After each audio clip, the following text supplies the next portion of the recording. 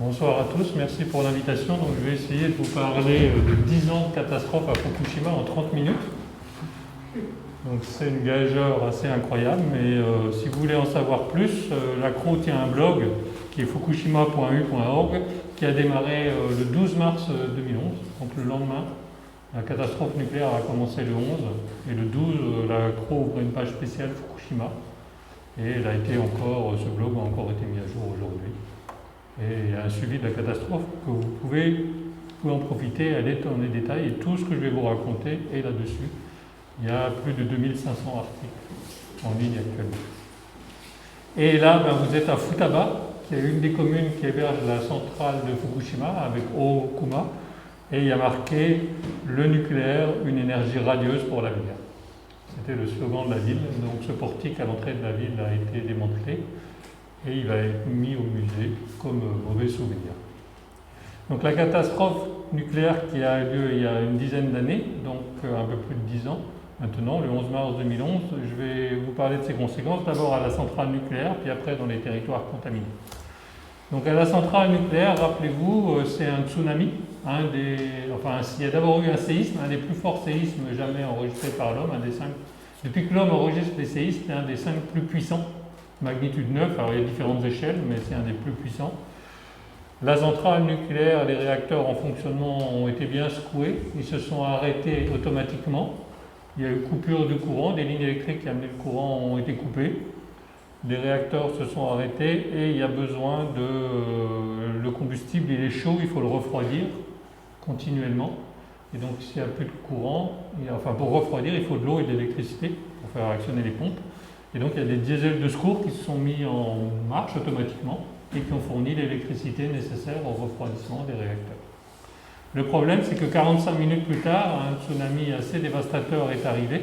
Donc là, vous avez une photo prise par TEPCO au moment de l'arrivée du tsunami. Donc vous regardez ici, j'espère qu'on voit le pointeur. Hop là. Ici, on voit. Donc là, il y a une voiture, regardez. Et une fois que la vague s'est retirée, la voiture est là. Ça vous donne une idée de 15 mètres d'eau. Et les diesels de secours étaient justement là, et ils ont été noyés. Et donc, il n'y a plus d'électricité. Et à partir du moment où il n'y a plus d'électricité, vous pouvez tout refroidir. Et c'est le cas le plus dramatique pour une centrale nucléaire. Donc là, vous avez une photo aérienne prise dans les premiers jours, où vous avez ici, tout au fond, le réacteur numéro 1 qui était en fonctionnement le 11 mars 2011. Il y a eu fusion du cœur, donc il n'y a plus de refroidissement, le combustible monte à des milliers de degrés, la gaine se met à fondre, on a un espèce de magma radioactif très chaud qui s'écoule, de la lave radioactive qui va percer la cuve et qui va au fond sur un radier en béton. C'est la fusion du cœur, c'est l'accident le plus grave qu'on puisse imaginer. C'est exactement ce qui a eu lieu dans le réacteur numéro 1. La gaine de combustible, c'est un catalyseur. Il y a de l'eau qui a été catalysée, qui a donné du gaz hydrogène. L'hydrogène, ça explose. Il y a eu explosion hydrogène dans le bâtiment réacteur numéro 1, qui a été partiellement détruit. Réacteur numéro 2, même scénario. Il était en fonctionnement. Il y a eu fusion du cœur. Il y a eu une explosion, mais ça n'a pas détruit. C'est pas bien clair exactement ce qui s'est passé, mais l'hydrogène a pu s'enfuir. Et donc il n'y a pas eu destruction du bâtiment réacteur.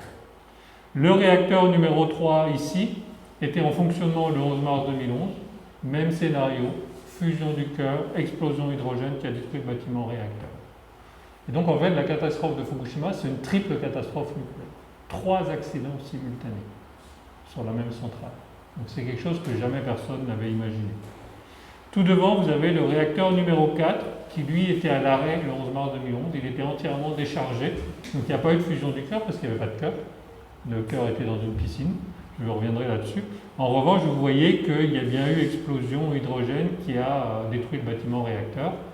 L'explication de TEPCO, c'est qu'il partage la même cheminée de rejet radioactif que le réacteur numéro 3. Et donc de l'hydrogène du réacteur numéro 3 par les tuyaux d'évacuation ce serait accumulé dans le réacteur numéro 4, et à partir du moment où vous avez 4% d'hydrogène, c'est explosif. La moindre étincelle, ça explose et ça a détruit le bâtiment réacteur numéro 4. Donc voilà ce qui s'est passé à Fukushima le 11 mars et dans les jours qui ont suivi. On ne voit pas sur la photo, mais un peu plus au nord, là on est long du Pacifique, hein, sur la côte est. Un petit peu plus au nord, il y a les réacteurs 5 et 6, qui eux étaient à l'arrêt le 11 mars 2011, partiellement déchargés, donc un tiers du cœur. Et les diesels, ils sont plus récents, les diesels de secours n'étaient pas du côté océan, mais plutôt du côté continent, entre guillemets, enfin du côté terre. Et il y a un diesel de secours qui a pu être sauvé. Et donc ils ont réussi à refroidir, maintenir le refroidissement des réacteurs 5 et 6, et donc il n'y a pas eu d'accident au niveau des réacteurs 5 et 6. Si vous allez 12 km au sud, il y a la centrale de Fukushima Daini, 4 réacteurs, là aussi noyés par le tsunami. Là, ils ont réussi à trouver de l'électricité à 9 km. Ils se sont dépêchés de tirer un câble sur 9 km, de ramener l'électricité à la centrale, et ils ont sauvé la centrale de Fukushima Daini. Il n'y a pas eu d'accident là-bas. Ça relève du miracle. Plus au sud, dans la province de Ibaraki, il y avait aussi une centrale qui a été touchée par le tsunami. Là, ils étaient en train de rehausser la digue anti-tsunami et qui a réussi à sauver les diesels de secours. Et plus au nord, dans la centrale de Miyagi, il y a aussi une autre centrale, Onagawa. Et là, il y avait une digue anti-tsunami qui était beaucoup plus haute qu'à Fukushima. Ce n'est pas le même exploitant du nucléaire. Et ça a permis de sauver la centrale. Donc voilà pour ce qui s'est passé le 11 mars et les jours suivants. Donc pour le réacteur numéro 4, vous voyez ici, qui est une photo toujours de mars 2011, il y a de la vapeur d'eau qui est en train de s'évaporer. En fait, c'est les combustibles usés qui dégagent de la chaleur, qui sont dans les piscines, et qu'il faut continuer à refroidir. Et là, il y a un camion avec, pour faire couler le béton, hein, qui est en train de gicler de l'eau dans la piscine pour la maintenir. Ça a été une grande inquiétude, cette piscine. Pourquoi? Parce qu'elle est haut perchée, comme vous la voyez sur le schéma ici. Et puis le bâtiment, il a été secoué par le séisme, il a été secoué par le tsunami.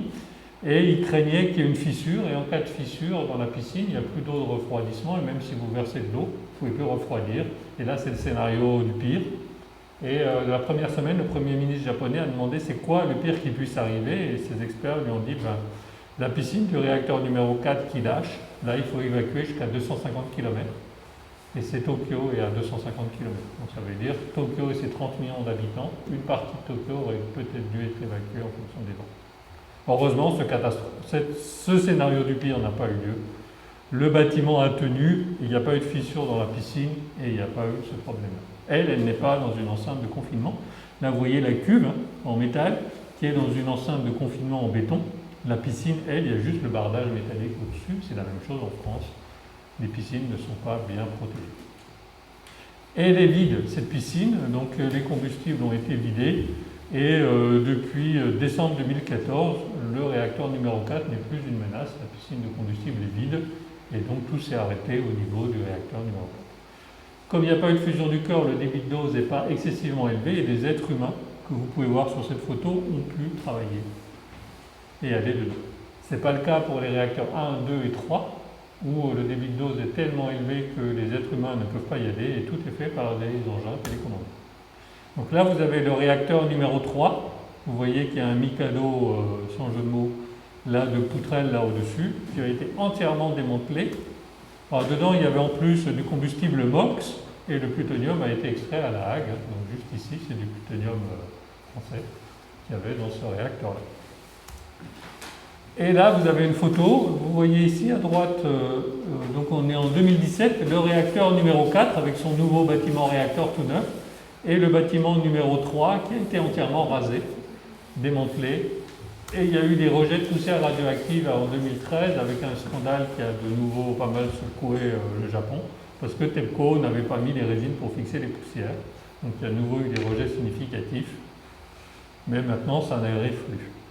Et en novembre 2017, ils ont construit un nouveau bâtiment réacteur et ils ont commencé à retirer les combustibles usés de la piscine du combustible qui est aussi au perché comme dans le réacteur numéro 4 en 2019 et cette piscine est vide depuis le 28 février 2021 et elle ne pose plus de problème.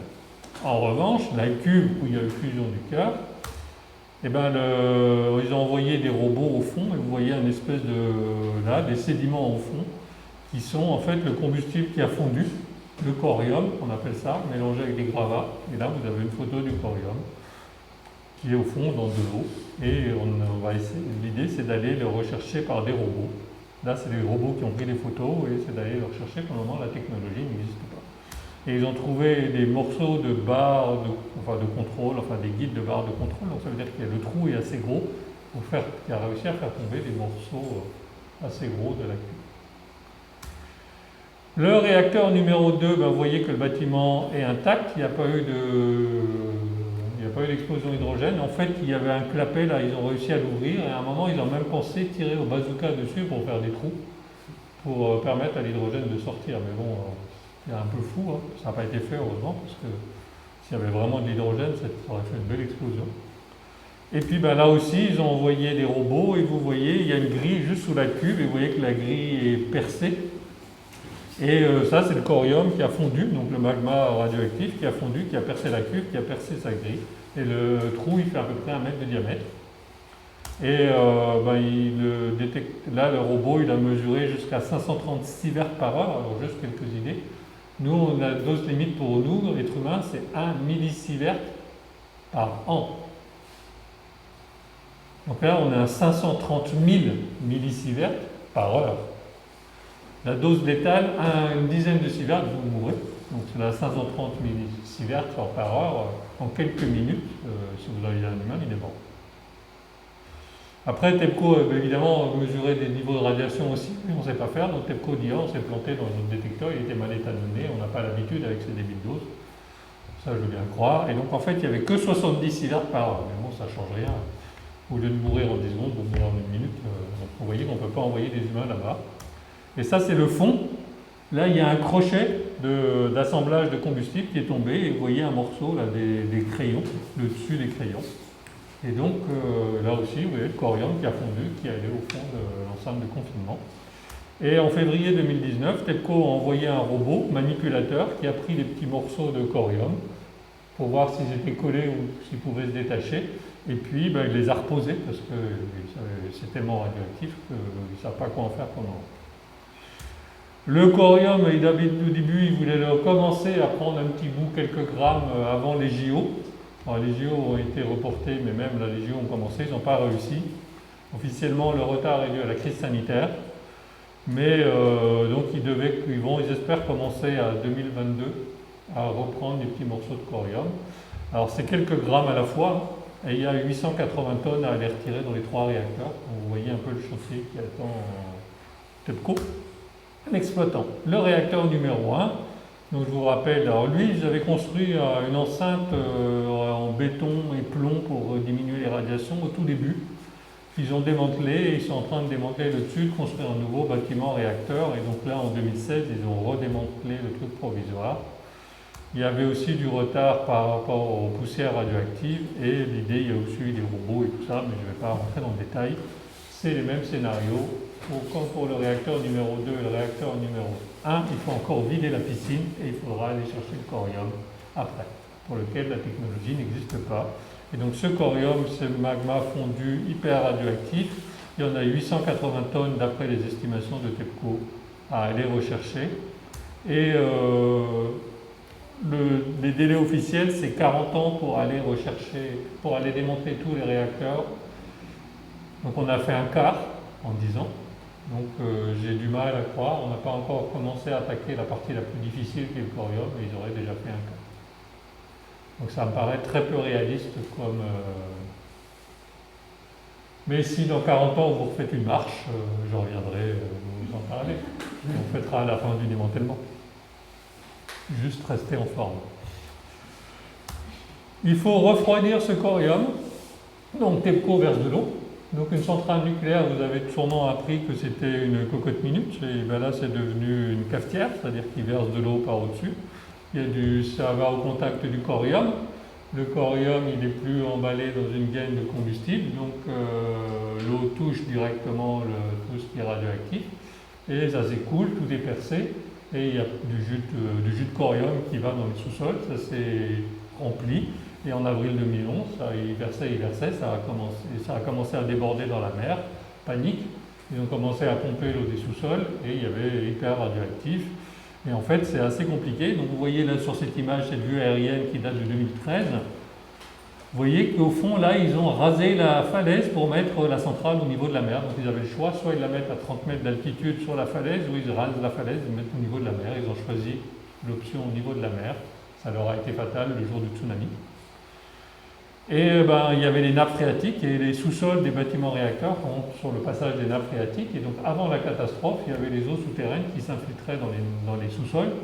Et donc ils pompaient 1000 mètres cubes par jour pour rabattre la nappe pour éviter l'inondation des réacteurs. Ce qui est assez ballot comme système. Là, après le tsunami, évidemment, c'était plein d'eau de mer. Les pompes étaient en panne, donc ils ne pouvaient plus pomper. Et le jus de corium s'est mélangé à l'eau de la nappe phréatique.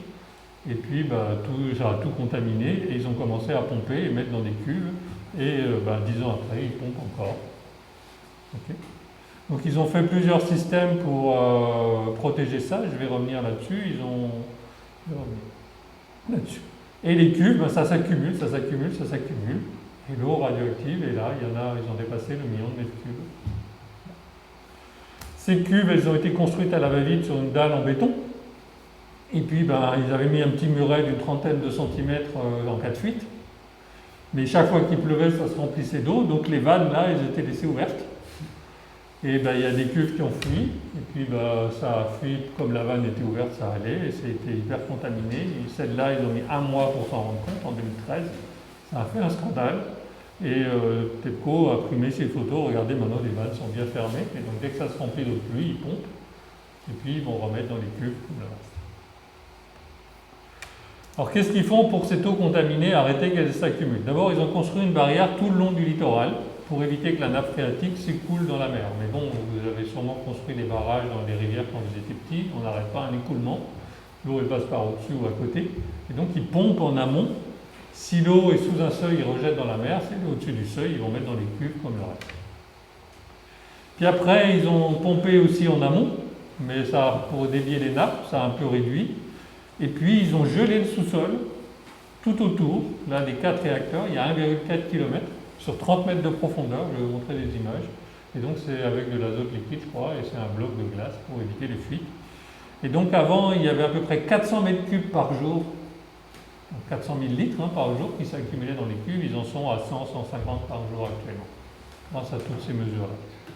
Ça, c'est la barrière le long du littoral, qui a été poussée par la pression de la nappe phréatique de 20 cm. Vous voyez, là, c'est écarté de 20 cm. Et puis, ça, c'est un dessin sur le gel. Donc, ils ont construit tout autour donc, ce système-là. Et donc, vous voyez toute une tuyauterie qui ramène le liquide de refroidissement et qui descend tous les mètres. Il y a un trou jusqu'à 30 mètres de profondeur pour geler et éviter que les nappes phréatiques, pour limiter les infiltrations de la nappe phréatique. Et vous avez un système de pompage ici, de refroidissement et tout ça. Donc c'est quelque chose d'assez phénoménal. Et vous avez le circuit de l'eau de refroidissement. Donc ils pompent l'eau dans les sous-sols. Donc ils arrosent toujours pour refroidir le corium. Ça va dans les sous-sols, ils repompent. Ils enlèvent le sel parce qu'il y a quand même eu de l'eau de mer. Ils enlèvent le césium, le strontium. Puis après ils mettent dans des cuves. Et puis ils envoient dans une autre station qui s'appelle ALPS, qui enlève 60 radioéléments. Et puis ils mettent ça dans des cuves en attendant de trouver une solution. Mais ça, c'était au début. Maintenant, et puis ils ont dit, qu'est-ce qu'on va faire de cette eau? On va la rejeter en mer. Et donc c'est le projet qu'ils ont actuellement, c'est de rejeter l'eau dite décontaminée en mer. Donc à combien ils en sont? Donc là, c'est en février, je n'ai pas remis à jour, mais ça n'a pas beaucoup évolué. Ils en sont à 1,2 million de mètres cubes dans des cuves, et il n'y aura plus de place en 2022. Ou alors, il faut qu'ils mettent des cuves en dehors du site de la centrale. Et puis ça, c'est les arrivées, combien ils pompent par jour. Donc vous voyez que là, de temps en temps, il y a des pics, c'est quand il y a des typhons ou la saison des pluies. Plus d'eau de pluie qui s'infiltre et il faut pomper plus d'eau. Donc, qu'est-ce qu'ils veulent faire de ce 1,2 million de mètres cubes? C'est le rejeter en mer. Et donc, ils ont commencé en 2017-2018 à faire des concertations. Donc, en japonais, ça s'appelle Setsumekai, ça veut dire des réunions d'explication. Donc, ils vont voir les gens, puis ils leur expliquent. Et les gens ils disent on n'est pas d'accord. Ils ont dit vous avez mal compris. Et ils répètent les explications jusqu'à ce que les gens soient d'accord. Ça s'appelle la concertation à la japonaise. C'est Setsumekai, c'est vraiment réunion d'explication. Et les gens, ils ont dit, mais il reste quoi dans l'eau? Et là, TEPCO a dû admettre que 72% du stock avait été maltraité et dépassait les autorisations de rejet. Et donc, ils se sont engagés de retraiter cette eau autant de fois qu'il fallait pour qu'elle soit dans des concentrations limitées par les autorisations de rejet. En fait, ils voulaient diluer par l'eau de mer en disant, regardez, on va passer sous les autorisations de rejet. Reste le tritium, qui lui n'est pas filtré, c'est très compliqué. Ils ont à peu près 860 terabecquerels de tritium dans les cuves et ils ont une limite de rejet à 60 000 becquerels par litre, donc ils vont diluer dans l'eau de mer à 1500 pour être sous la limite. Et puis ils ont aussi une autorisation de rejet de 22 terabecquerels par an et donc il faut une trentaine d'années pour rejeter le stock d'eau. Alors cette autorisation de rejet, elle est de 22 terabecquerels, elle est faible si vous comparez aux autres installations. Et le record du monde, il est en France, ici. Donc ça, c'est le ministère de l'Industrie japonais qui a regardé tous les rejets de tritium de la planète. Et vous voyez, à France, La Hague, en fait, La Hague rejette en 30 jours ce que Fukushima doit rejeter en 30 ans, en ce qui concerne le tritium. Oui, chez nous, c'est accepté, oui. Donc s'ils avaient les autorisations de rejet de La Hague, ce stock d'eau ne serait pas un problème. Et là, j'ai fait un petit calcul, en rejetant 22 terabecquerels par an, vu les accumulations, il faudra que ça ne suffit pas pour que le nombre de cuves diminue. Alors le nombre de cuves va continuer à augmenter, donc je ne sais pas comment ils vont se dépatouiller, parce que je ne sais pas. Donc le nombre de cuves va continuer à augmenter, mais sauf à un rythme plus bas, quand ils vont rejeter. Et évidemment, les populations, les pêcheurs sont contre. Et donc le Japon lutte actuellement contre les rumeurs néfastes à propos des rejets. Donc c'est que des rumeurs, il n'y a pas de danger, tout va bien. Et ils luttent contre les rumeurs néfastes. Pour essayer d'accepter et que les pays voisins acceptent. Les travailleurs, donc ça, la situation des travailleurs a beaucoup évolué au cours du temps. Donc les masques en fonction des zones ont aussi évolué. Donc il y a la limite de dose pour les travailleurs dans les recommandations internationales, c'est sur 5 ans. Et donc le Japon, tous les 5 ans, remet tous les compteurs de dose à zéro, ce qui est assez fou. Normalement, c'est individuel. Vous commencez, puis au bout de 5 ans, on regarde par année, mais aussi on met votre compteur à zéro individuellement. C'est tout le monde en même temps. Donc les 5 premières années, entre mars 2011 et mars 2016, il y a 47 000 travailleurs qui sont allés travailler à la centrale de Fukushima, dont 90% de sous-traitants qui ont pris 95% de la dose. Et puis pour la deuxième phase, ils étaient 25 000 travailleurs à la centrale. Ils sont à peu près entre 4 et 7 000 par jour. Sur le site, il y a à peu près la moitié rien que pour l'eau contaminée. La dose annuelle a beaucoup évolué. Donc elle était de moyenne de 12 millisieverts par an en 2011, elle est à 2,54 en 2019, donc ça s'est nettement amélioré.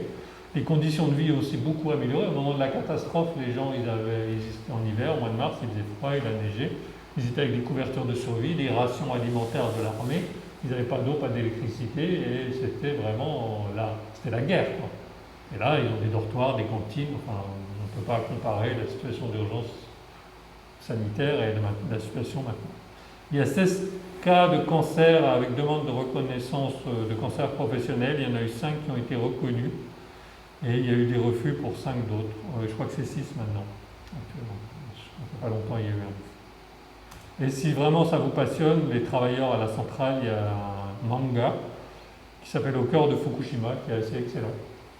Qui est en 3 tomes, que vous pouvez trouver en français. Il n'est pas toujours bien traduit, mais il est vraiment excellent. Mangaka s'est fait embaucher à la centrale pour raconter de l'intérieur ce qui se passe. Pour les populations autour, ça a été aussi un drame parce que les rejets radioactifs sont allés assez loin. La grande chance du Japon, c'est que 80% est allé vers l'océan Pacifique et que 20% seulement est tombé sur le Japon. Si, comme Tchernobyl, ça avait été au milieu des terres et que sous les vents dominants, ça avait été habité, la catastrophe aurait été nettement plus grave. Là, 80% est tombé sur des zones non habitées, à savoir l'océan. Donc vous avez là la centrale, ils ont d'abord évacué dans un rayon de 3 km de 2 km, puis après le gouvernement, ça c'était la province, les autorités régionales, une demi-heure après, le gouvernement a dit non, c'est 3 km mise à l'abri à 10 km. Puis après, ils ont évacué à 10 km, puis après, ils ont évacué jusqu'à 20 km, et les gens partaient petit à petit. Et après, ils ont confiné entre 20 et 30 km. Et puis, ça n'a pas suffi parce que la radioactivité ne s'est pas arrêtée ni à 20 ni à 30 km. Et il y a un doigt radioactif qui va jusqu'à une cinquantaine de kilomètres ici, vers le nord-ouest. Et là, ils ont mis un mois à peu près pour décider quelle était la limite de dose pour savoir où est-ce qu'on évacue ou on n'évacue pas. Ici, les gens sont restés pendant un mois exposés à la radioactivité avant que les autorités se décident sur un seuil d'évacuation. Et c'est 160 000 personnes déplacées à peu près, dues à la catastrophe de Fukushima. Donc juste pour que vous voyez comment c'est allé, donc le 11 mars à 14h46, il y a eu le séisme, le tsunami à 15h27, 19h, déclaration d'urgence nucléaire, 21h, évacuation jusqu'à 2 km. Une demi-heure plus tard, non, 3 km, mise à l'abri jusqu'à 10. Et le lendemain matin à 5h40, évacuation jusqu'à 10 km, et ainsi de suite. Et le 22 avril, il y a eu l'évacuation au-delà des 30 km. Et il y a eu des points chauds qui ont été évacués jusqu'en septembre 2011. L'évacuation la plus dramatique, c'est l'hôpital, la clinique de Futaba, située à 2 km de mémoire de la centrale, avec un hospice et tout ça. Donc une partie des gens sont partis en bus. Le bus est parti vers le nord dans la commune de Minamisoma pour vérifier la contamination des personnes malades et des personnes âgées de l'EHPAD. C'était un EHPAD pour personnes dépendantes. Et puis l'hôpital de Minamisoma les a refusés. Ils sont allés dans la capitale de Fukushima qui les a refusés. Ils sont allés ensuite à Iwaki au sud et ils ont passé 10 heures dans le bus et à l'arrivée il y avait plusieurs décès dans les bus. Les personnes grabataires qui n'ont pas pu partir sont restées là avec le médecin-chef, une ou deux infirmières et l'armée est venue les chercher que quelques jours plus tard. Ils n'avaient plus rien, pas de soins, rien et en fait l'évacuation de la clinique de Futaba c'est 50 décès directs. Ça c'est l'épisode le plus dramatique de cette évacuation. Il y a eu aussi d'autres décès par la suite, des personnes dépendantes qui étaient malades, qui n'ont pas reçu les soins nécessaires, des personnes dont la santé s'est aggravée, des personnes qui se sont suicidées et on a à peu près plus de 2000 décès dus à l'évacuation, reconnus avec indemnisation des autorités pour les familles. Donc le Japon a rezoné tous ces territoires évacués. Vous retrouvez le cercle de 20 km et il a décidé, là, sur tous ces territoires, il a mis 3 zones. Donc la zone où il y a moins de 20 millisieverts par an. 20 millisieverts par an, c'est le seuil qui a été décidé pour l'évacuation. C'est 20 fois plus que le seuil actuel pour nous, personnes normales, en situation normale. C'est la limite des travailleurs du nucléaire qui a été appliquée aux enfants, aux bébés, à tout le monde. En dessous de 20 millisieverts, donc l'idée c'est de retourner, donc de se préparer au retour. Entre 20 et 50 millisieverts par an, c'est la zone de reconquête où il y a eu des décontaminations pour permettre le retour des habitants. Et à plus de 50 millisieverts par an, c'est la zone dite de retour difficile où pour le moment il ne s'est encore rien passé. Donc pour le moment, tout ce qui était zone jusqu'à 50 millisieverts, donc la zone de retour, la zone de reconquête, ont été décontaminés, les ordres d'évacuation ont été levés et normalement tout le monde peut aller vivre sereinement et joyeusement chez eux. Vous allez voir, c'est un petit peu plus compliqué. Je vous ai dit, c'est 160 000 personnes déplacées, il y a à peu près 100 000 personnes dues à des ordres d'évacuation et 60 000 personnes qui sont parties d'elles-mêmes dans des zones où il n'y avait pas ordre d'évacuation, mais ils n'acceptaient pas la limite de dose de 20 millisieverts pour protéger les enfants et ainsi de suite. Si vous vous promenez dans ces territoires, vous avez des villes fantômes avec la nature qui reprend ses droits. Là, c'est Okuma, c'est les communes qui hébergent la centrale. Et vous vous promenez avec des zones complètement abandonnées. C'est assez effrayant quand on se promène à Fukushima de voir ces villes fantômes. Et c'est le plus proche qu'un touriste peut s'approcher de la centrale. Vous avez les cheminées de Fukushima Daiichi là-bas. L'agriculture est complètement sinistrée, les rizières sont abandonnées. Et puis les gens ont été placés dans des préfabriqués pendant quelques années. Maintenant, il y a, je crois, quasiment plus personne dans des préfabriqués. Ils ont tous eu des relogements. Et partout, il y a des dosimètres qui ont été installés qui vous donnent le débit de dose. Donc là, c'est à Minamisoma, une des salles communales où j'étais allé pour une réunion. Ben, vous avez devant vous, pour rassurer la population, vous pouvez voir le débit de dose partout. Et même à Minamisoma, qui n'a pas été évacué, ben, il y a des jachères partout, c'est-à-dire que les gens ont arrêté l'agriculture parce qu'ils ne pouvaient plus vendre leurs produits. Donc la stratégie du gouvernement japonais, c'est la reconquête, la décontamination, et il veut reconquérir tout. Et c'est une stratégie qui est complètement différente de celle de Tchernobyl, où on a abandonné un vaste territoire. Donc là, vous avez une photo aérienne de la centrale de Tchernobyl. L'Europe a payé une arche qui doit tenir une centaine d'années, parce que si ça se effondre, c'est pas pour protéger les Ukrainiens, mais pour se protéger nous-mêmes, occidentaux. L'Europe a payé, et elle doit tenir 100 ans. Donc a priori, il n'y a pas de démantèlement avant un siècle de la centrale de Tchernobyl. Là, vous avez l'étang de refroidissement qui est une des zones les plus contaminées de la planète. Il commence à l'évaporer petit à petit et récupérer les sédiments, et petit à petit, ils espèrent, c'est les seuls travaux de décontamination actuellement. Et tous les territoires évacués que vous avez ici sont abandonnés. C'est la zone dite radioécologie de Tchernobyl qui va être, qui est là pour des siècles. Donc c'est vaste territoire abandonné. Alors quand même, ça ne s'arrête pas, hein, la radioactivité s'enfuit quand même. De temps en temps, il y a des incendies avec les poussières radioactives qui repartent. Et en particulier, il y a la rivière Pripyat qui traverse la zone interdite, qui passe au pied de la centrale ici, qui se jette dans le Dniepr. Et le Dniepr va jusque dans la mer Noire. Et à Kiev, la capitale de l'Ukraine, ils boivent l'eau du Dniepr. Et donc ils boivent de l'eau radioactive. Il y a 8 millions d'habitants à Kiev qui boivent de l'eau contaminée quotidiennement par la Pripyat qui se jette dans le Dniepr. Et il y a 6 barrages, et il y a toute l'agriculture dans la plaine du Dniepr et qui utilise l'eau du Dniepr pour l'irrigation. Et donc il y a 23 millions de personnes qui mangent des produits qui ont été arrosés par l'eau du Dniepr ou qui boivent l'eau du Dniepr. Alors c'est des niveaux qui sont faibles, mais ce n'est pas une zone étanche. C'est pas parce que vous avez abandonné que vous n'avez plus de problème. Ce n'est pas une zone étanche, et même les personnes à côté continuent à être exposées à la radioactivité.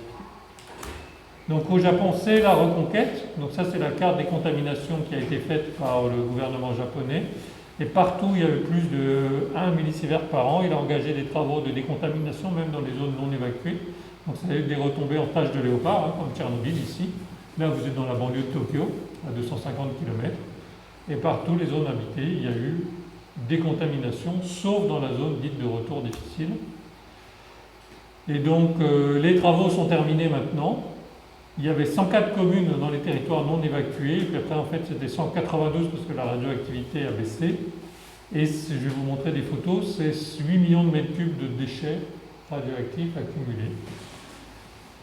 Et dans les zones évacuées, c'est que les zones habitées qui ont été décontaminées, la forêt et les zones agricoles, la forêt. C'est 70% de forêt et montagne à Fukushima, ça n'a pas été décontaminé. Le budget était de 2600 milliards de yens, donc vous divisez par 100, ça vous donne 26 milliards d'euros à peu près, le budget de la décontamination. Et le volume de déchets engendrés, c'est 16 millions de mètres cubes. Et puis, entre 2007 et 2019, c'est presque 48 000 décontamineurs qui ont travaillé sur ces chantiers. Donc voilà ce que c'est qu'un chantier. Vous avez des travailleurs qui raclent le sol sur 5 cm, qui coupent toutes les herbes et qui mettent dans des sacs. Et puis, vous aviez des dortoirs à décontamineurs aussi, comme par exemple le Mobile Inn à Minamisoma, où certains allaient à des endroits, donc 6 milliers de personnes. Et vers 5 heures du soir, il y a des bus, des navettes de bus, là, vous voyez les travailleurs qui sortent des chantiers, qui rentrent. C'est assez impressionnant le défilé de bus, de travailleurs. Ouais. Des décontamineurs. Ça, donc maintenant, il n'y a plus ça parce que les travaux sont terminés. Et les déchets sont mis dans des sacs et empilés après. Une fois que le sac est plein, empilé. Et là, vous aviez une vallée avec des rizières qui est devenue une vallée de déchets partout. Quand on se promène à Fukushima, il y a des déchets qui s'accumulent un peu partout. Décontamination. Et certains ont même été mis au bord de l'eau, de la mer, et donc là, le prochain tsunami, le problème était réglé pour gérer ces déchets. Qu'est-ce qu'il va en faire le gouvernement japonais de ces déchets? Les déchets organiques, il va les brûler. Il y a une vingtaine d'incinérateurs. Certains étaient des incinérateurs de déchets ménagers qui ont été dans des zones évacuées, qui ont été transformés en incinérateurs de déchets organiques. Les cendres vont être bétonnées et mises dans un site de stockage que je vais vous montrer dans la diapo d'après. Et puis les sols contaminés, on ne peut pas les brûler pour réduire les volumes, et donc ils vont être mis sur une zone dont je vais vous parler plus tard. Donc ça, c'est le Ecotech Clean Center. Avec un nom comme ça, c'est hyper rassurant. C'est là où vont être mis les déchets radioactifs, les cendres radioactives. Et au fond, vous voyez la centrale de Fukushima Daini, donc vous êtes à Tomioka. Et pour les déchets radioactifs, les sols, ils vont être mis sur une zone de 16 km tout autour de la centrale de Fukushima Daiichi, en attendant de trouver une meilleure solution.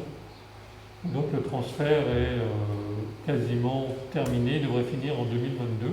Donc c'est un site qui doit pouvoir accueillir 22 millions de mètres cubes.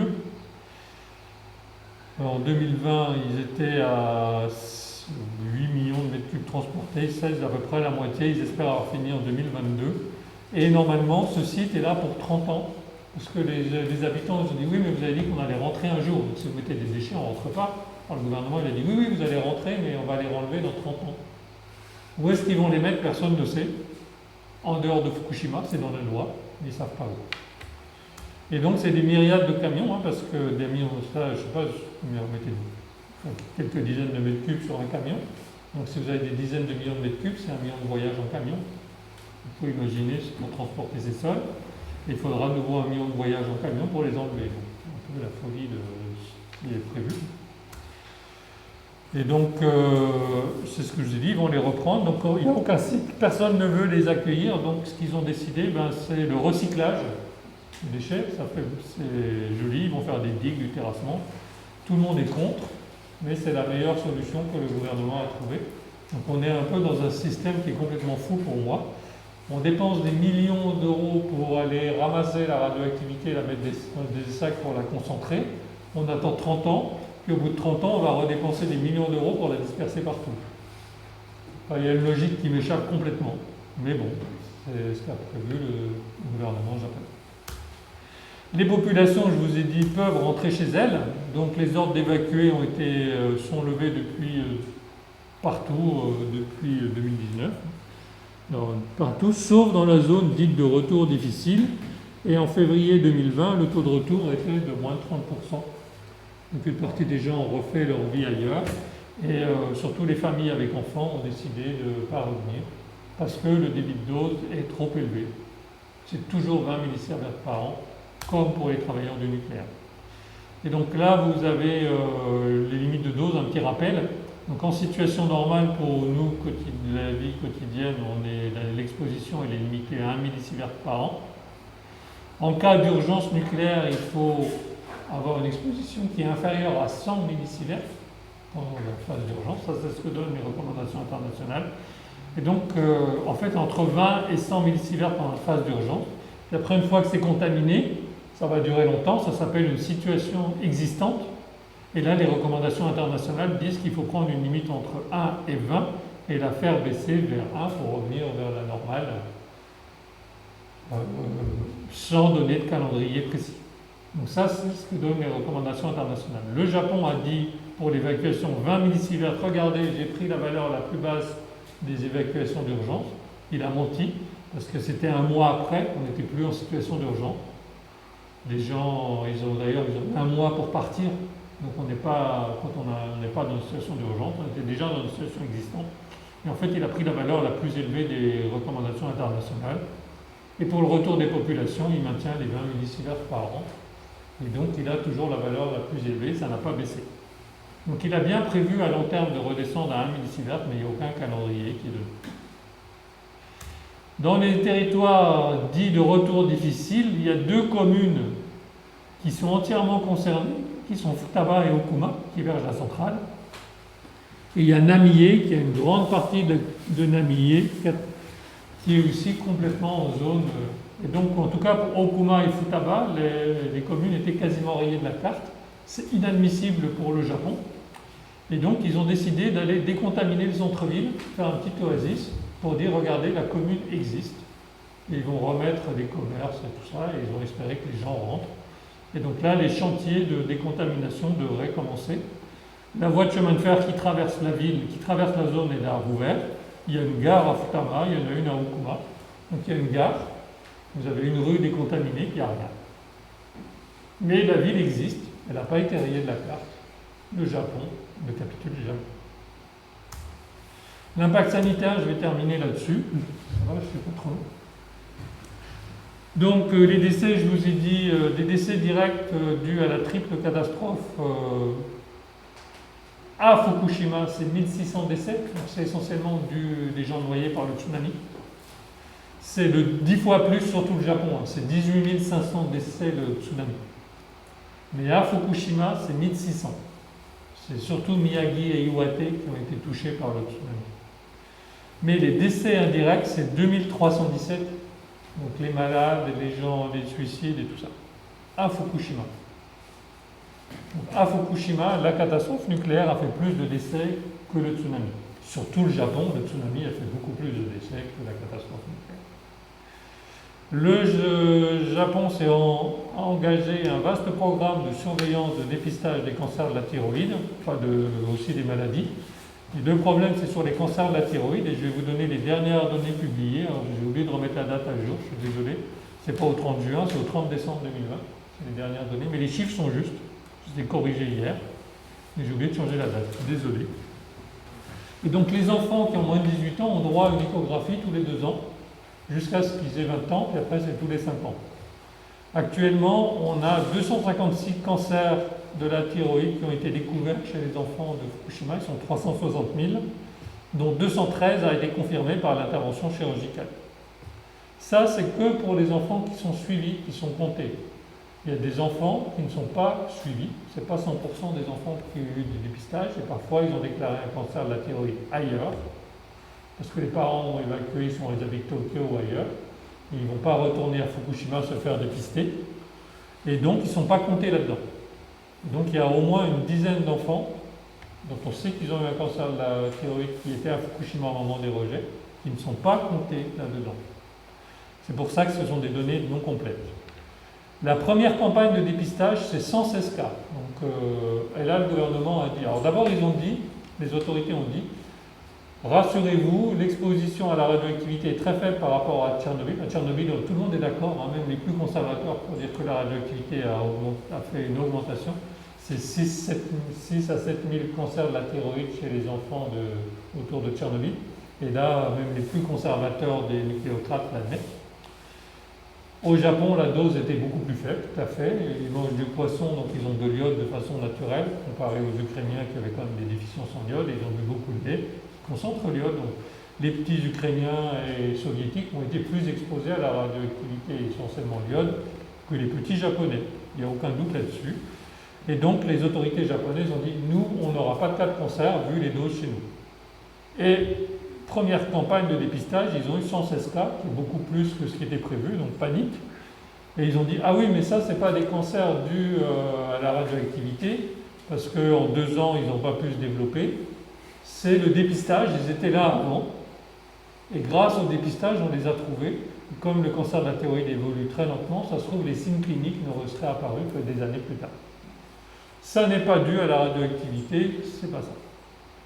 Et on va continuer, et après, ils ont continué à accumuler, et maintenant, dans les campagnes suivantes, 2, 3, 4, ils en sont à la 5e, 10 ans, 5e campagne de dépistage qui commence, ils sont 140 cas pour arriver aux 256, donc ils en ont plus que pendant la première campagne. Et là, ils sont un peu gênés, donc ils disent plus grand-chose là-dessus. Alors, c'est une augmentation, donc c'est le même niveau, hein. Donc, et là, ils continuent à dire que c'est le dépistage. Mais ces gamins-là, ces 140-là, comme c'est tous les 2 ans, ça veut dire que 2 ans avant, ils n'avaient pas de cancer. Donc c'est un cancer qui nécessitait une intervention chirurgicale qui est apparue en 2 ans. On n'est pas dans un cancer qui évolue lentement. Mais là-dessus, ils n'en parlent pas beaucoup de ce point-là. Ils disaient aussi au début, regardez, il n'y avait pas d'enfants de moins de 5 ans qui ont des cancers, alors qu'à Tchernobyl, il y avait beaucoup d'enfants qui avaient moins de 5 ans au moment de la catastrophe qui ont eu des cancers. Et donc, on n'est pas du tout dans la même pathologie et tout ça. Maintenant, il y a 8 enfants qui avaient moins de 5 ans au moment de la catastrophe, dont un qui avait moins d'un an, hein, ici. Et en blanc, c'est les filles, et en gris, c'est les garçons. Ici, et donc il y a une petite fillette qui a eu un cancer, qui avait moins d'un an au moment de la catastrophe et qui a un cancer de la thyroïde maintenant. Et donc ils en sont 8 en tout dans les dépistages, et là, c'est plus un argument. Cet argument a disparu et ils ne discutent plus de ça. Après, ils regardent les corrélations avec la radioactivité. Quand c'est l'université de médecine de Fukushima qui fait le dépistage, ils ne trouvent jamais de corrélation avec la radioactivité. Quand c'est des chercheurs extérieurs, ils trouvent toujours des corrélations avec la radioactivité. Donc c'est assez étonnant. Donc c'est toujours un sujet débattu. Donc les autorités japonaises disent toujours que c'est le dépistage et on ne peut pas prouver que c'est dû à la radioactivité. Certes, on ne peut pas prouver que c'est dû à la radioactivité, mais on ne peut pas prouver que ça n'est pas dû à la radioactivité non plus. Et ça, ils ne le disent pas. Et dire qu'il y a 0 cas dû à la radioactivité, personne n'est capable de le dire. Donc ils disent on ne peut pas prouver que c'est dû à la radioactivité, et ils ne disent pas l'inverse, parce qu'ils sont incapables de le dire. Là, on ne peut pas exclure que certains, sûrement pas tous, mais on ne peut pas exclure que certains cas soient dus à la radioactivité. Combien? Évidemment, personne ne peut. Le coût de la catastrophe, pour terminer. Donc TEPCO a fait faillite, hein, la compagnie d'électricité, elle a été nationalisée par le gouvernement. Le dernier décompte du gouvernement japonais daté de décembre 2016, c'est 175 milliards d'euros de gestion de catastrophe. Le démantèlement de la centrale, les indemnisations, la décontamination, les déchets. Après, il y a un think tank japonais qui a calculé que ça serait 4 fois plus. Là, TEPCO a déjà utilisé maintenant 80 milliards d'euros en dédommagement. Et cet argent lui est prêté sans intérêt par le gouvernement japonais. Et puis TEPCO en 2018 a fait sa première estimation en 7 ans du coût du chantier. Ils étaient à 2 milliards d'euros par an. Le coût de chantier, et 30%, c'était rien que pour l'eau contaminée. Ça vous donne un peu les ordres de grandeur. Et la question, c'est qui paye? Évidemment, c'est les Japonais, mais quelle partie va dans la facture d'électricité, quelle partie va dans la feuille d'impôt? En gros, ça le débat. Donc forcément, c'est les Japonais. Pour terminer, l'accro au Japon, on a au tout début de la catastrophe, dès le premier mois, on a eu des préleveurs citoyens qui ont envoyé des échantillons en France. Et donc on était une des premières associations à faire des mesures indépendantes à Fukushima. Dès le mois de mars, on avait des prélèvements qui arrivaient à Hérouville. On a ouvert un labo au Japon, qui, comme vous pouvez tous le lire, s'appelle Chikurinsha, qui est un labo citoyen d'analyse de la radioactivité, qu'on a équipé avec les détecteurs les plus performants du marché. Donc d'abord, ils ont acheté un détecteur biélorusse, simple eux-mêmes. Puis nous, on a fourni 2 détecteurs, 2 chaînes de mesure, un neuf et un d'occasion. D'occasion parce que le marché des détecteurs, vous pouvez imaginer qu'après une catastrophe nucléaire, il y a eu saturation, donc les prix ont augmenté.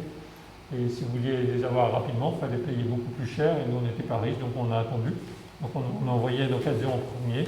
Après, on en a envoyé un neuf. Le labo existe toujours. Il est en réseau avec d'autres labos. Ils ont créé une base de données qui s'appelle Minnanodata, qui donne les données de tout le monde, qui existe aussi en anglais et qui met toutes les données. Des labos indépendants, il y en a plein qui ont ouvert au Japon. Des stations de mesure, c'est plus ou moins simple, et ils sont mis en réseau. Et ils ont une base de données commune. Ils font des essais interlabos de la qualité ensemble. Et ils continuent à travailler, à faire une surveillance citoyenne. Ils ont pris le relais de notre travail sur place. Merci pour votre attention et si vous avez des questions.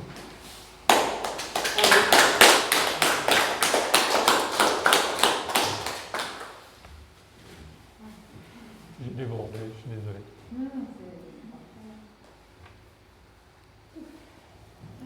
Des questions.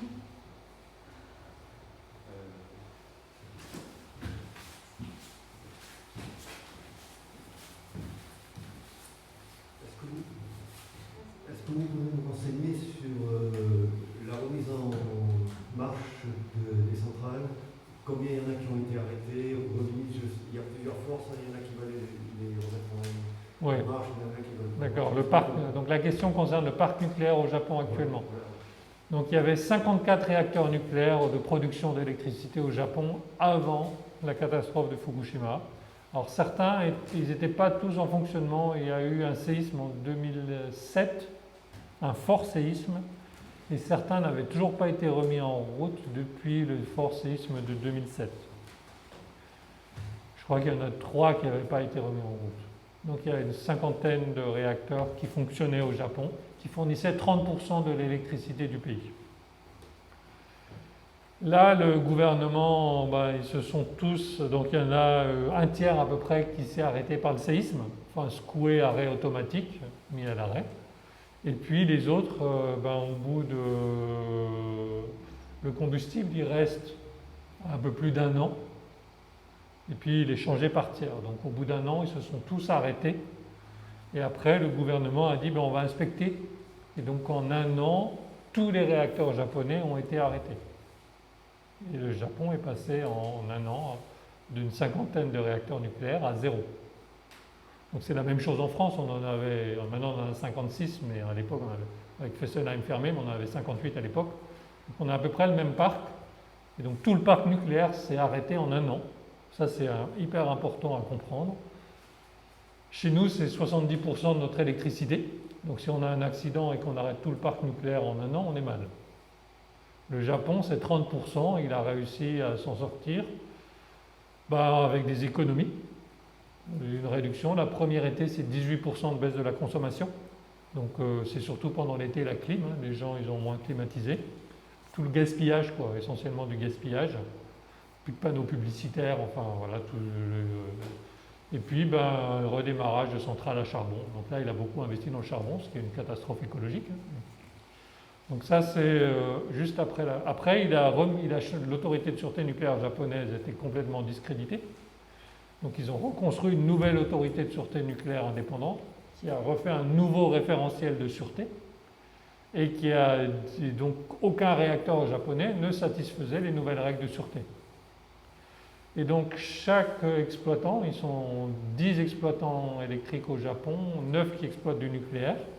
Chacun a dû revoir son parc nucléaire, vérifier qu'il est bien aux nouvelles normes de sûreté, faire des travaux de renforcement par rapport aux agressions externes qui sont essentiellement les séismes et les tsunamis, et puis demander une autorisation de remise, de redémarrage, prouver que son projet de remise à niveau est correct, instruction du dossier, faire des travaux. Actuellement, il y a 10 réacteurs qui ont été remis en route au Japon. Il y en a plus, je crois, une quinzaine qui ont été arrêtés définitivement, parce que refaire des travaux, ils étaient en fin de vie, ça coûtait trop cher. Voilà où on en est actuellement, et donc c'est 6% de l'électricité japonaise d'origine nucléaire. Il y a beaucoup de batailles, il y a eu beaucoup de manifestations antinucléaires. Sur les 10 qui ont été remis en route, il y en a un qui est arrêté par la justice, parce qu'il y a des riverains qui ont porté plainte, et la justice leur a donné raison. Et donc, par la justice, sur les 9 qui ont... Voilà, il n'y en a que 9 qui marchent actuellement. Ils ont aussi changé les règles vis-à-vis des agressions externes d'origine terroriste, avec une nouvelle salle de contrôle et tout ça. Et ils ne sont pas tous au point. Et ils avaient 5 ans et aucun exploitant n'a tenu les délais. Donc là, ils sont parmi les 9 démarrés, fonctionner, ils sont tous en train de s'arrêter les uns après les autres, parce qu'ils ont dépassé le délai de 5 ans. Et donc, il n'y a pas les 9 qui fonctionnent actuellement en ce moment, en plus. Et le 10e, il a été remis en service là en juin. En 2019, il y a eu 0 remise en service. En 2020, 0 remise en service. Donc ça évolue très lentement. Mais le gouvernement veut 20% de nucléaire en 2030. Je ne sais pas comment il va faire. Mais c'est son engagement à la COP 21. 20% de actuellement, c'est 6. 6. Donc 3 fois plus, mais je ne sais pas comment il va réussir à remettre en service 3 fois plus de réacteurs. Bonsoir. Moi, ma question concerne les déchets qui sont actuellement stockés à Fukushima et le délai de 30 ans qui est donné par le gouvernement pour en faire quelque chose. Quel sens ça a? Ma question, c'est dans 30 ans, par rapport aux radioéléments qui sont concernés, est-ce que la radioactivité aura significativement baissé sur ces éléments? Alors la question concerne les déchets radioactifs issus de la décontamination, et essentiellement les sols. Donc au bout de 30 ans, de combien la radioactivité aura baissé. Donc là, ça a été essentiellement sur le césium Alors, c'est un peu technique, mais il y a au début de la catastrophe, il y a 2 césiums. Il y a le 134 et le 137. Le césium 134, il a une demi-vie de 2 ans. Donc tous les 2 ans, il est divisé par 2. Donc dans 30 ans, il y aura quasiment plus de 134. Et lui, c'était à peu près la moitié. Le 137, il a une demi-vie de 30 ans. Donc en 30 ans d'entreposage, il aura été divisé par 2. Donc il va rester, comme le 134 aura disparu, à peu près un quart par rapport au début de la catastrophe. Et le seuil de libération au niveau international, pour le césium, c'est 100 becquerels par kilo. Donc si c'est en dessous de 100 becquerels par kilo, par exemple, sauf en France où on n'a pas de seuil, mais dans tous les autres pays européens, c'est les normes européennes qui s'appliquent. Donc du béton d'une centrale en démantèlement, si on est en dessous de 100 becquerels ou si c'est de la ferraille, c'est considéré comme non radioactif, on peut le mettre dans un stockage de gravats classique ou c'est des métaux, les recycler. Le Japon avait aussi ce 100 becquerels par kilo comme limite, là il l'a remonté à 8000 becquerels par kilo pour la gestion des déchets radioactifs. Et donc les sols, quand ils vont passer à 8000 becquerels, en dessous de 8000 becquerels par kilo, il dit on va pouvoir les recycler et faire des digues, faire des routes dessus et tout ça, donc les redisperser. Et donc il faut à peu près, des gens ont compté qu'il fallait à peu près 70 ans pour qu'ils passent sous les 100 becquerels, donc qu'on puisse les banaliser. Et en 70 ans, enfin une digue, c'est-à-dire qu'on n'a pas le droit de la creuser parce qu'on va accéder et tout ça. Est-ce que la mémoire sera maintenue en 70 ans c'est complètement fou, quoi. Oui, ma question concerne à la fois la question sanitaire et la mobilisation citoyenne. Je voulais savoir, parce que par rapport au chiffre que vous annoncez de cancer, qui effectivement me paraissent peu, est-ce qu'il y a une mobilisation citoyenne justement pour contester ces chiffres et pour dire que certainement que les problèmes sanitaires, notamment concernant les enfants, sont bien dus à la radioactivité. Est-ce qu'il y a une mobilisation par rapport à ça? Alors la question est sur les cancers de la thyroïde et quelle est l'opinion de la population, est-ce qu'il y a une mobilisation citoyenne? Donc, c'est pas faible, hein. C'est beaucoup plus que ce qui est attendu. En fait, le cancer de la thyroïde, il n'est pas rare chez les adultes et surtout chez les femmes après 40-50 ans. Chez les enfants, il est excessivement rare. Donc 256 cas de cancer de la thyroïde chez des enfants. Sur 360 000 enfants, c'est beaucoup par rapport à la prévalence habituelle. Donc il y en a beaucoup plus que ce qui était attendu. Après, il n'y a pas que les cancers de la thyroïde, mais les autres cancers ont des délais de latence qui est beaucoup plus long. Donc 10 ans, c'est un peu court pour essayer, pour voir quelque chose, comme les leucémies ou d'autres cancers, voir sur une augmentation. Donc on ne peut pas conclure actuellement, la catastrophe est trop jeune, entre guillemets. Donc alors que l'explosion de cancer de la thyroïde, c'était 5 ans après à Tchernobyl. Et au début, les gens disaient non, c'est pas possible, des délais aussi courts. Puis après, ils ont dû quand même... c'est les soviétiques, ils ne savent pas faire, nous, les occidentaux... ça a été la science soviétique a été dénigrée. Et en fait, tout le monde a reconnu après que les cancers de la thyroïde pouvaient émerger beaucoup plus rapidement que les autres. Après, sur le dépistage. Donc, il y a des gens qui n'ont pas confiance dans le dépistage des autorités, donc qui vont faire du dépistage par ailleurs, ou des gens qui ne veulent pas y aller. Et donc, c'est une des questions qui est débattue aussi, c'est est-ce qu'il fallait opérer ces enfants ou pas? Parce que si les autorités japonaises disent que c'est dû au dépistage, c'est un cancer qui évolue lentement, et qu'il serait apparu 10 ans plus tard sous forme de signes cliniques, c'était peut-être pas la peine de les opérer. On aurait pu surveiller, faire des échographies, surveiller des cytofonctions et tout ça. Et donc, il y a des gens qui critiquent, qui disent « Ah, vous n'auriez pas dû les opérer ». D'ailleurs, c'est pour ça qu'ils n'ont pas tous... C'est 213 opérés sur 256, hein. Tous n'ont pas été opérés. Ça dépend de la décision des parents aussi. Et là, le chirurgien qui les a pratiquement tous opérés dit « Non, non, le cancer était bien développé ». Donc, c'est contradictoire.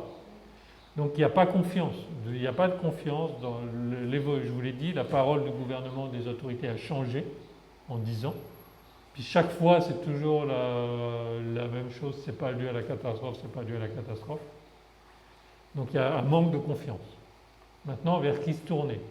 Donc, alors, il y a une fondation qui a été créée pour aider les familles où il y a un enfant qui a un cancer de la thyroïde. Donc, surtout s'ils n'habitent pas à Fukushima et qu'il faut retourner à Fukushima pour l'opération, il faut payer le voyage, la chambre d'hôtel de la mère ou du père qui va accompagner, tout ça. Et donc cette fondation aide les familles.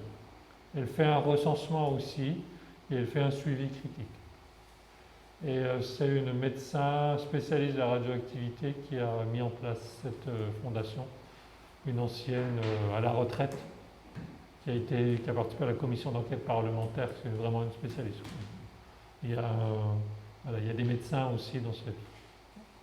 Et puis il y a eu aussi au tout début des échographies citoyennes, c'est-à-dire il y a eu des labos de mesure de radioactivité. Il y a des médecins qui sont partis à Fukushima et qui ont fait des échographies alternatives, proposé des échographies alternatives. Surtout qu'au début, les parents amenaient les enfants pour le dépistage et ils n'avaient pas le résultat. Ils n'avaient même pas la photo de la thyroïde qu'ils pouvaient montrer au médecin traitant pour avoir un avis critique et tout ça. Ils recevaient le résultat par la poste au nom de l'enfant, avec confidentiel, vous pouvez imaginer.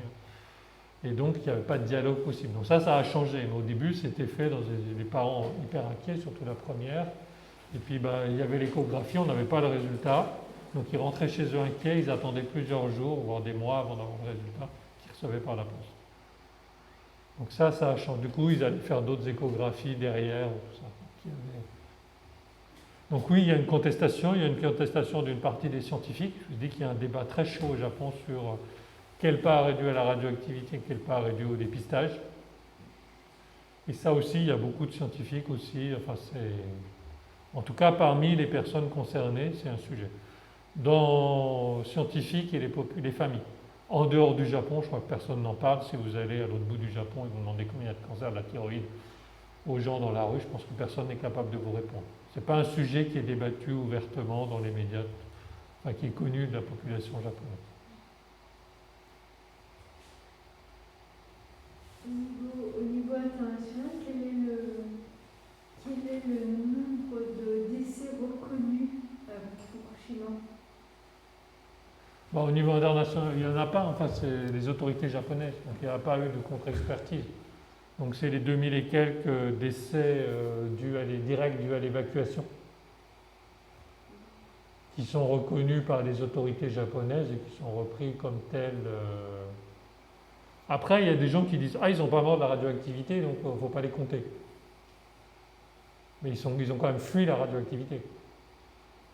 Donc, ce n'est pas des morts directes, dans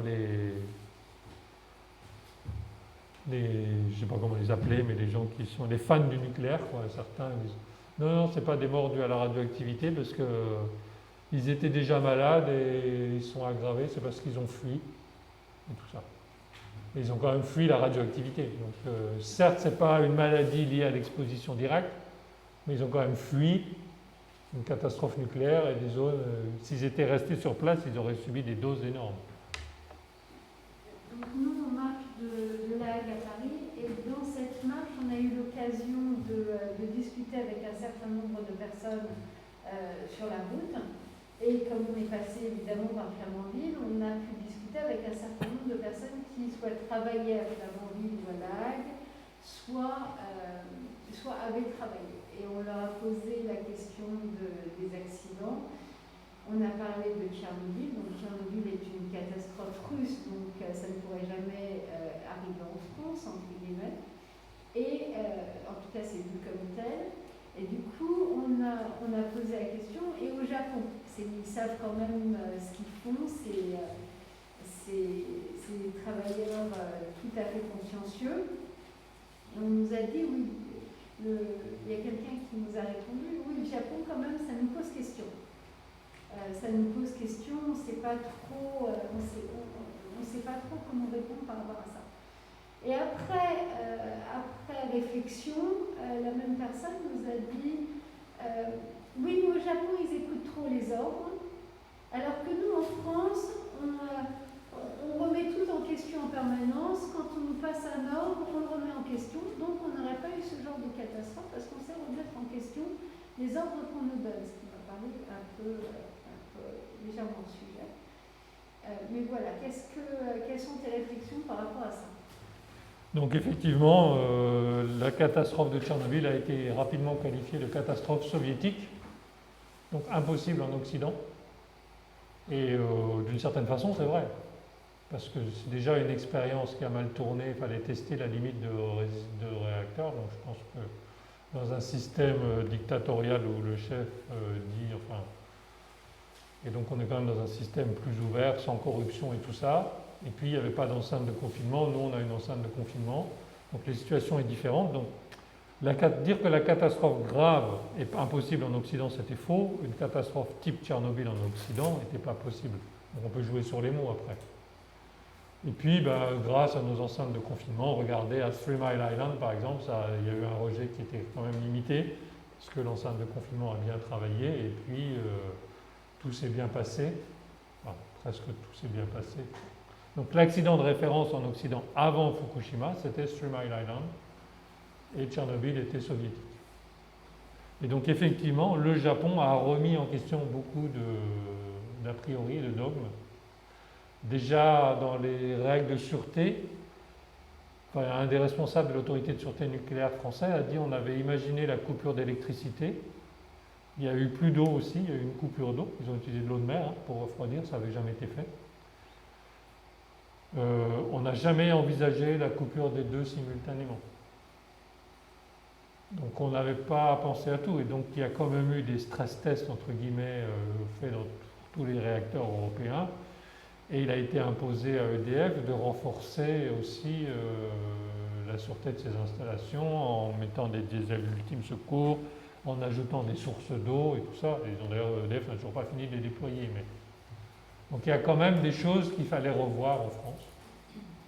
Après, donc maintenant, effectivement, donc il y a eu, au Japon, il y a eu 3 commissions d'enquête. Commission d'enquête parlementaire, une commission d'enquête nommée par le gouvernement avec un professeur d'université qui était un catastrophologue, je ne sais pas comment on dit ça, responsable, spécialiste des accidents et des catastrophes, des accidents de train, chutes d'avion et tout ça. Il a passé sa vie avec ces... Et puis il y a une fondation aussi qui a fait un rapport d'enquête. Et on les trouve tous en anglais. Et la commission d'enquête parlementaire a dit clairement c'est un accident d'origine humaine. Parce que là aussi, Sarkozy a dit on n'a pas de tsunami en France, donc il n'y a pas de problème, quoi. En plus, tous les réacteurs ne sont pas en bord de mer, et donc on n'a pas des séismes de cette magnitude, on n'a pas de tsunami, donc il n'y a pas de problème chez nous, et c'est une catastrophe japonaise. Donc c'est une agression externe, c'est une catastrophe naturelle. Donc la commission d'enquête parlementaire japonaise est claire, c'est une catastrophe d'origine humaine. C'est des humains qui ont mis une centrale nucléaire dans une zone vulnérable et c'est des humains qui n'ont pas mis les protections suffisantes face à des risques qui étaient connus. Le mot tsunami, il est quand même japonais. Donc il y a déjà eu des tsunamis dans cette zone-là. Donc ça, c'est le premier point. Et donc il y a eu un renforcement en Occident. Et dire que les enceintes de confinement pouvaient garder toute la radioactivité, ben là on a vu que non. Que la radioactivité pouvait sortir des enceintes de confinement. Alors certes, ce n'est pas les mêmes gaz, il n'y a pas eu d'incendie, donc ce n'est pas les mêmes contaminants, c'est les gaz les plus volatiles à Fukushima. À Tchernobyl, il y a le plutonium, le strontium, césium. Là, à Fukushima, il y a essentiellement le césium qui reste, donc ce n'est pas les mêmes gaz, mais la quantité rejetée, c'est à peu près 10 à 40% de Tchernobyl en césium. Ce n'est pas une mince affaire. Avec des enceintes, alors 3 réacteurs au lieu d'un, mais malgré des enceintes de confinement qui auraient dû tout retenir. Donc il y a quand même des choses qui marchent. C'est pas si simple. Et puis il n'y avait personne sous les vents dominants. C'est les vents dominants à Fukushima, c'est l'océan. Donc si on a une centrale avec les vents dominants qui donnent vers le sol, c'est pas 50 km qu'il faut évacuer, c'est 200 km. Et c'est des contaminations des terres sur des grandes distances, sur des centaines de kilomètres. Et donc les Japonais, ils ont eu de la chance d'une certaine façon.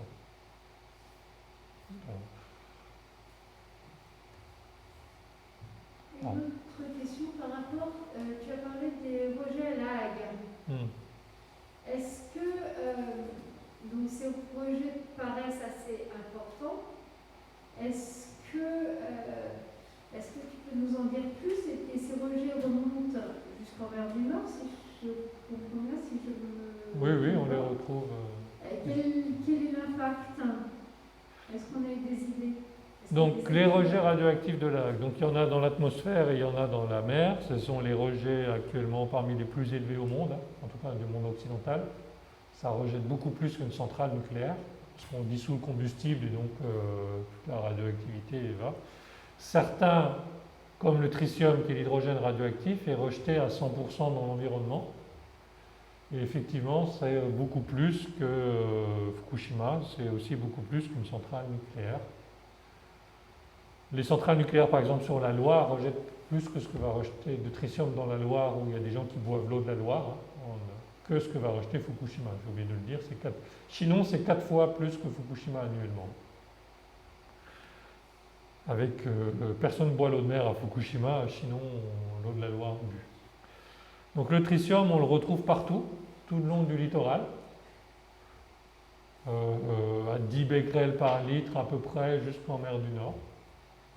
Mais là, il y a un vrai verrou technologique, parce que filtrer le tritium, on ne sait pas faire. Donc si on veut arrêter les rejets de tritium, il faut arrêter le retraitement. D'autres radioéléments, c'est un choix politique. Et donc il y a l'iode 129 qui est quasiment rejeté à 100% dans la mer aussi. Là, on a la technologie pour le filtrer. On le retrouve dans les algues jusqu'en Allemagne, Danemark. À faible dose, à faible niveau, mais on en a partout. Là, il y a la technologie, vous n'êtes pas sans savoir que Oran, enfin ça s'appelait Kojima à l'époque, a construit une usine de retraitement au Japon, qui n'a jamais démarré, elle a déjà 25 ans de retard. Le père, il a de la marge, il a que l'usine de retraitement, il a 25 ans de retard. Donc le père, il en a bientôt 10, même pas encore 10, mais on a le temps de voir. Et cette usine de retraitement au Japon qui n'a jamais démarré devait filtrer l'iode. Donc ça veut dire que la France a vendu la technologie pour filtrer l'iode au Japon. Donc on pourrait l'appliquer en France et dire l'iode 129, c'est peut-être mieux de le mettre dans des fûts que de le mettre dans la mer. Mais pourquoi il est rejeté dans la mer? Parce qu'ils ont calculé qu'une fois que les déchets sont enfouis à Bure, dans quelques milliers d'années, dizaines de milliers, voire 100 milliers d'années, le premier à sortir, c'est un halogène, c'est l'iode. Il a une durée de vie qui se compte en millions d'années.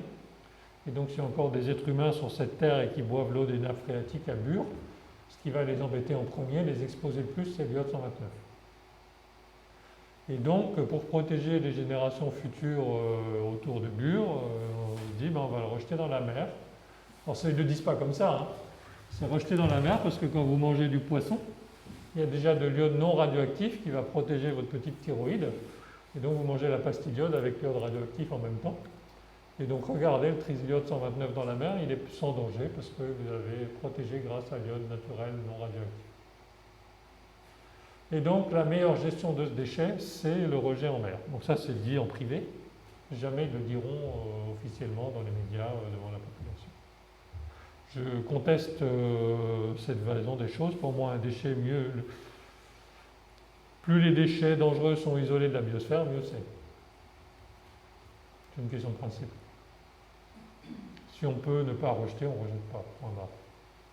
Et il y a la convention, donc l'Europe a signé une convention OSPAR en 1998 à Sintra au Portugal, la France a signé que les rejets les concentrations résiduelles dans l'environnement devaient tendre vers zéro à l'horizon 2020, ou au niveau naturel pour le tritium, parce qu'il y a du tritium naturel. Donc pour l'iode 129 et le tritium, on n'y est clairement pas. En 2020, c'est passé. Donc ils devaient de nouveau se réunir au Portugal en 2020. La crise sanitaire fait qu'ils ne sont pas réunis. Ils devaient se réunir là au mois de juillet. Ils viennent de reporter la réunion en octobre. Je ne sais pas si elle pourra se tenir avec le variant Delta en octobre. Mais pour le moment, ils procrastinent. Ça arrange tout le monde. En tout cas, ça arrange la France. OSPAR, c'est Oslo-Paris. C'est la Convention internationale de protection de l'Atlantique Nord, qui ne parle pas que de radioactivité, mais en tout cas, au moins sur 2 radioéléments, la France ne viole la convention, les accords de Sintra de la Convention d'OSPAR.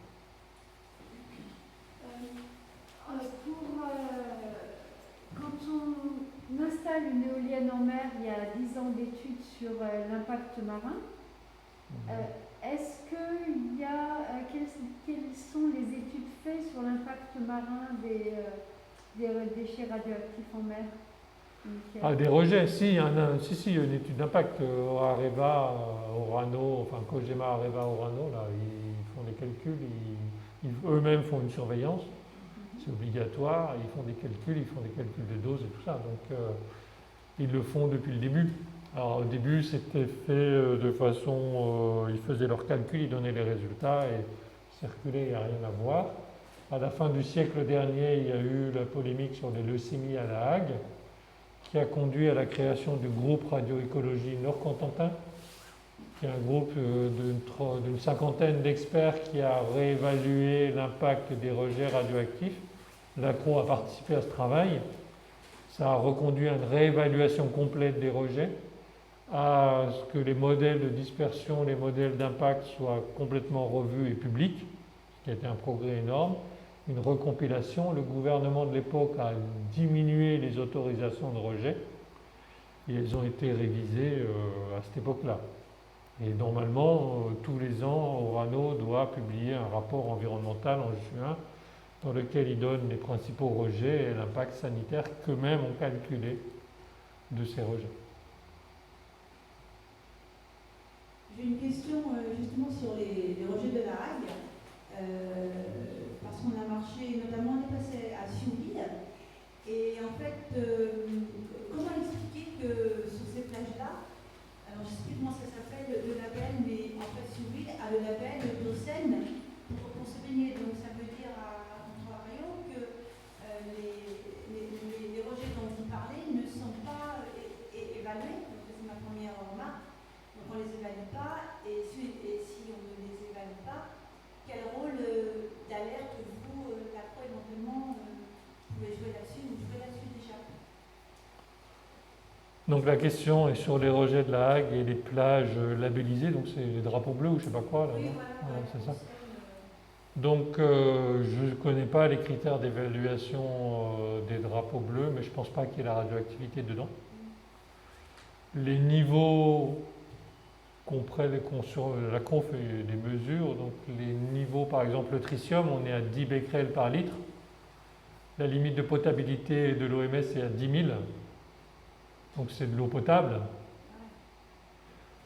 Pour l'OMS et pour... moi je ne boirais pas de l'eau à 10 000 becquerels par litre, mais ça c'est un autre débat, mais à une dizaine de becquerels par litre, on est dans les limites de potabilité, donc c'est pas considéré comme danger. En fait, on peut se baigner.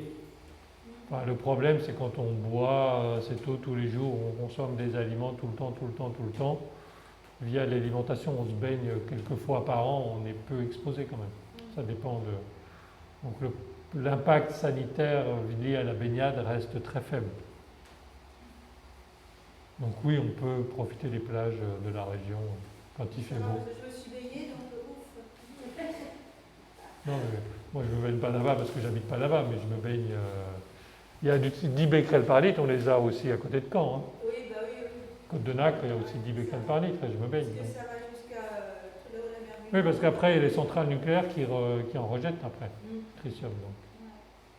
Ça se dilue, mais il y a des nouveaux apports en Grande-Bretagne et puis côté français. Panly, Paluel et Gravelines après. Et je vais vous poser une question peut-être un peu très très naïve. Moi je fais de la voile et en fait traditionnellement les pêcheurs nous disent oui justement là où il y a les rejets de La Hague, eh bien les crabes, tout ça, ils sont énormes. Donc, est-ce que c'est vrai qu'il y a un impact là-dessus ou pas? Je pense pas que les niveaux puissent faire grossir les crabes, mais... Voilà, c'est un peu les légendes de marins. Ouais, je pense, oui. C'est la chaleur qui fait changer les... Non, mais en revanche, alors, ça remonte aux fin des années 90, quand Greenpeace avait plongé au bout du tuyau et qu'ils avaient fait médiatiser le tuyau de rejet en mer de La Hague. Ils avaient pêché un crabe au bout du tuyau. Ils l'ont ramené à l'ACRO, on l'a analysé.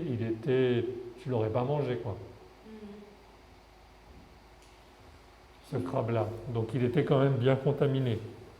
Après, les crabes, ils bougent, hein, ils ne restent pas toujours au bout du tuyau, donc on peut le pêcher ailleurs. Et on avait fait un calcul. On a imaginé que ce crabe, je crois que c'est les rejets les plus forts en mer, de mémoire, c'était en 96. Et donc, si ce crabe avait été pêché en 96 et mangé par un enfant, rien que ce crabe, il aurait induit une dose de 300 microsieverts, donc un tiers de la dose annuelle. Donc, ce qui pose un risque. Pour un seul crabe. Non, parce que la dose, c'est le risque sanitaire. On augmente le risque de cancer à long terme si on en mange plus longtemps. Donc on était toujours dans les normes, mais un seul crabe, un seul repas contribue à un tiers de la limite autorisée, ce qui est quand même... Bon, après, il fallait, ma chance, tomber sur ce crabe-là, le donner à un enfant. Donc c'est pas nul. On est dans des faibles doses avec des faibles impacts, mais c'est pas nul. Dernière question.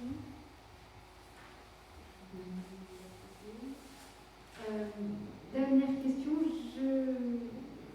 Tu as parlé donc de ce qui allait se passer avec les déchets à Fukushima dans 30 ans.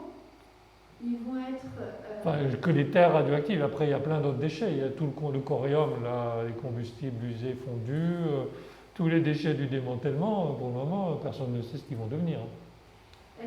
On n'est pas parlé parce qu'on ne sait pas. Est-ce qu'il y a des éléments de radioactivité du coup qui vont être dispersés à différents endroits? Ben oui, là, si tu prends les sols radioactifs pour construire des digues et des routes dans tout le pays, ben, tu vas les disperser partout. Oui. Et puis, comme tu es obligé de faire des travaux, les routes, tu vas peut-être les recreuser 10 ans après pour faire passer un câble ou un tuyau, je ne sais pas quoi. Et si tu as perdu la mémoire que le truc est radioactif, c'est pas sûr que les gamins qui vont jouer sur le chantier quand les ouvriers sont partis seront au courant que la Terre elle est radioactive. Même s'ils ne perdent pas la mémoire, c'est impossible à contrôler une fois que c'est dispersé partout. Oui, oui. Là, avec le dérèglement climatique, vous avez sûrement vu, là, à Atami, il y a eu des éboulements avec des glissements de terrain qui ont emmené des gens. Si ça avait été une route radioactive là, même si on a la mémoire, et là, des trucs comme ça, il y en a même eu en Allemagne maintenant. Donc, et en Belgique, on pensait que ça n'arriverait pas. Donc, avec le dérèglement climatique qui dit que la digue avec des déchets radioactifs, elle va tenir, elle ne va pas être emportée par des inondations liées à un typhon ou je ne sais pas quoi. Donc, oui. Merci beaucoup.